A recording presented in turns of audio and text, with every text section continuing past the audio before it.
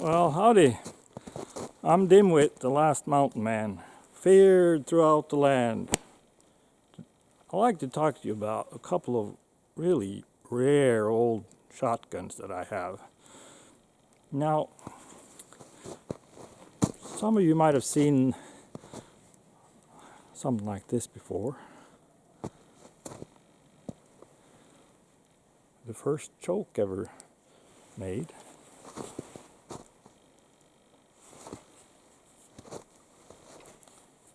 This is a Roper repeating shotgun. And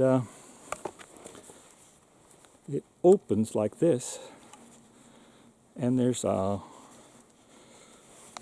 4-shot revolving magazine in there. And when I cock the gun, it rotates. It's so fast that your camera won't be able to catch it. You can hardly see it with your eyes, but it does.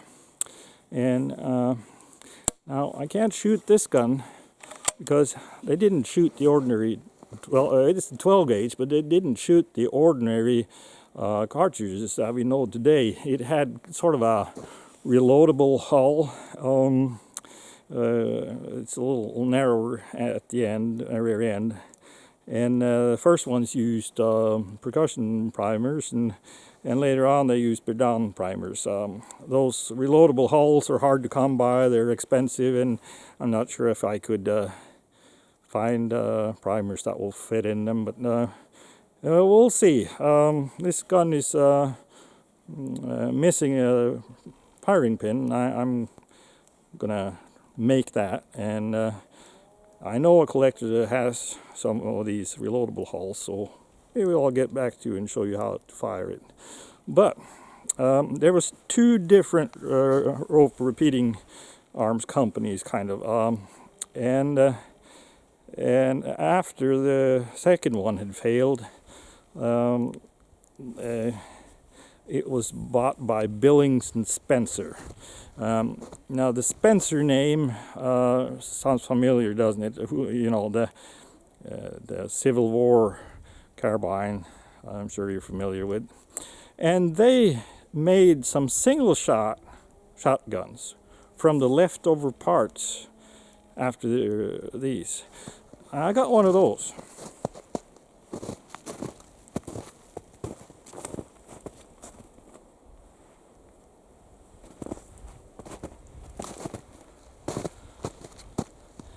And we're going to shoot this thing in a minute.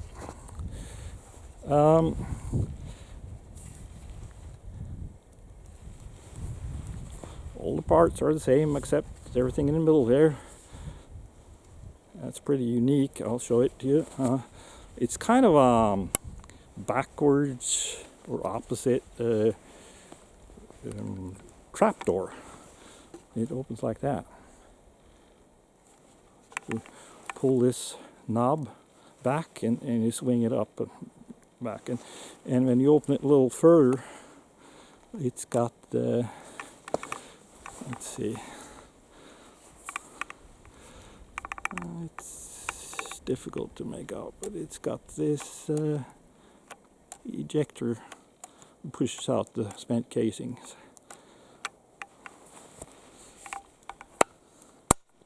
Like that.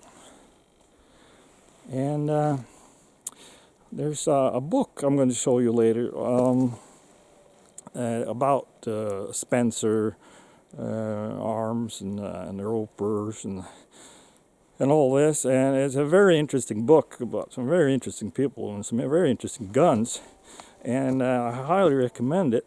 And there's about 1 page in there, just a sentence or 2 about this gun and some patent drawings, and it says they made a few hundred in 16 gauge. Doesn't say anything about 12 gauge. This gun has got serial number 4 on all the parts that are unique to this gun. The rest of the gun got all kinds of numbers because that's leftovers from their revolving shotguns. So they must have made at least 4 12 gauges, I suppose. But it's a super rare gun. It's patented in 1875, and from what I understand, they were made in 1876. So a couple of hundred or so in 16 gauge, and nobody seems to know anything about the ones in 12 gauge, but they must have made a few. So then of course this is a black powder gun, and I have a few black powder cartridges like that. Let's see.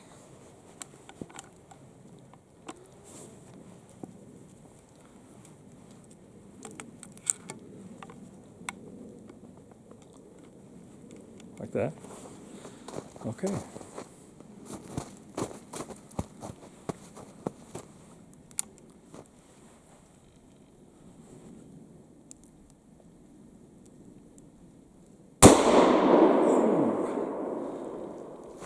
Well, a little bit stiff trigger, but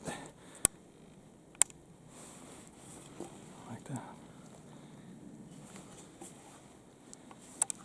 Put it in half cock, pull this back, open it, pushes out the shell casing so you can grab the hold of it.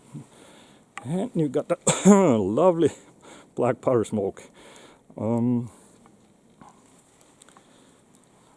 So I'd say we shoot it again.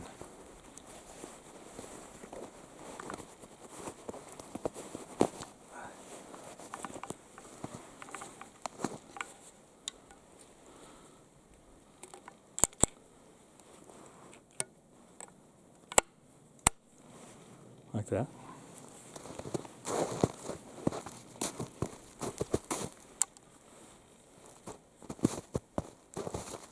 Let's give you a kind of closer look this time.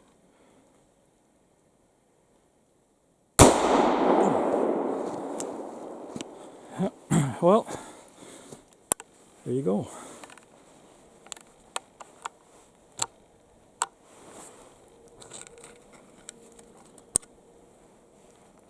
Interesting gun. It's well made. It's good looking.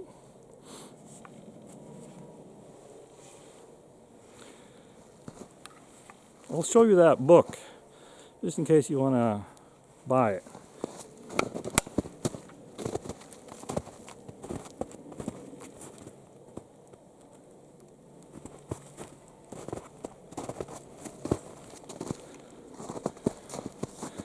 There it is.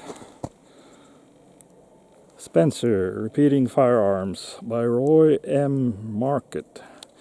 And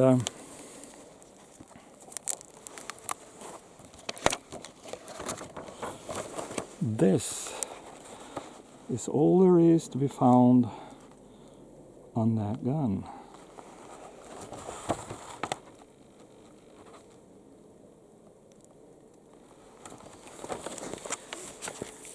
Now, most of us who collect guns from the Old West, we have the Fliederman Guide to American Antique Firearms, and it's sort of the Bible, but this gun is not in there. So buy this book. Some really interesting people in there, really interesting guns, lots of interesting history in there. Catch you later.